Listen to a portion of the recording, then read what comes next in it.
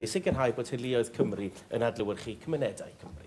Diolch yn fawr. Mae'n bwysig iawn bod y bobl yn ein cymuned yn gweld yr heddlu fel adlewyrchiad o nhw eu hunain.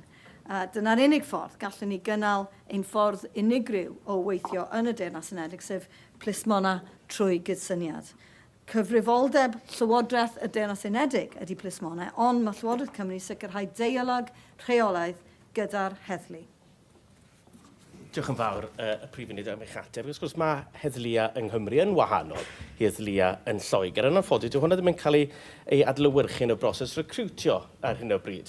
Trwy'r coleg plismona, mae rhaid i ymgeiswyr nawr wneud cais. Wedyn maen nhw'n goffo wneud asesiad ar-lein a wedyn i prawf psychometric ar-lein.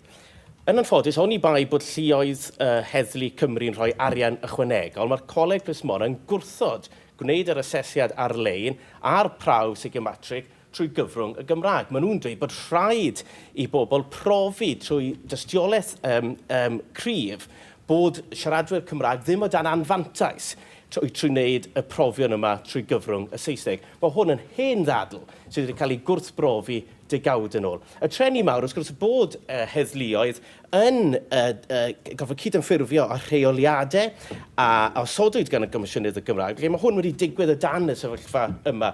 Prif Munud, be mae Llywodraeth Cymru yn gallu wneud i sicrhau bod y prosesau recrwtio ar gael trwy'r gyfrwng y Gymraeg a felly bod siaradwyr Cymraeg a chymunedau Cymraeg ddim yn cael ei gwahaniaethu? Diolch yn fawr.